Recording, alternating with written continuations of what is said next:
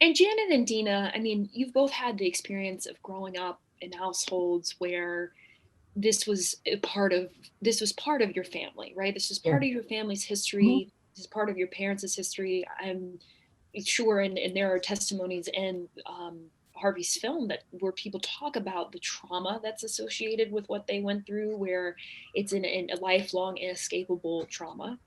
And you're closer to it than some others, right?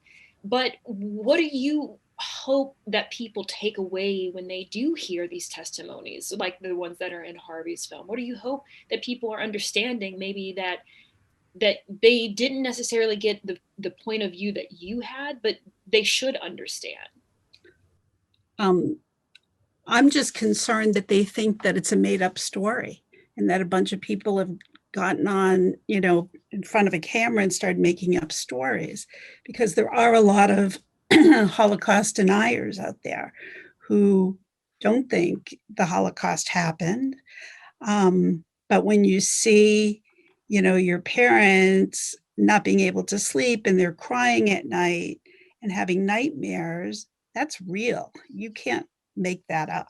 This happened. And it may not affect you the way it affected us as children of survivors, but it was a real part of our history. I want people to understand how people's lives were taken away from them and their identities were taken. My parents both lived with death, as they said, day in and day out, smelling the flesh and the bones and the hair from the crematorium.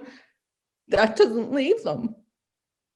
And so that's what happened. And when they came to America, they were hopeful. They were hopeful to rebuild their lives. They came here with nothing. And they became patriotic. They were devoted to Israel as well. My mother would say that if they had Israel, there wouldn't have been a Holocaust. And then I think of what's going on with the hatred rhetoric. And we're having a toxic environment here.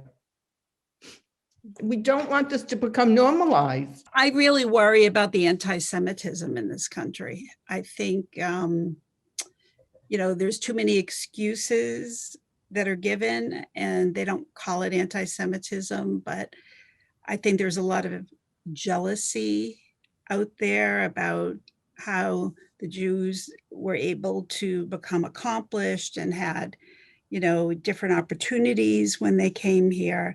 And it's not because they haven't gone to college or they haven't, pushed themselves, but I think because they didn't have those opportunities growing up, they found this country to be such an open country and being able to pursue interests and so forth.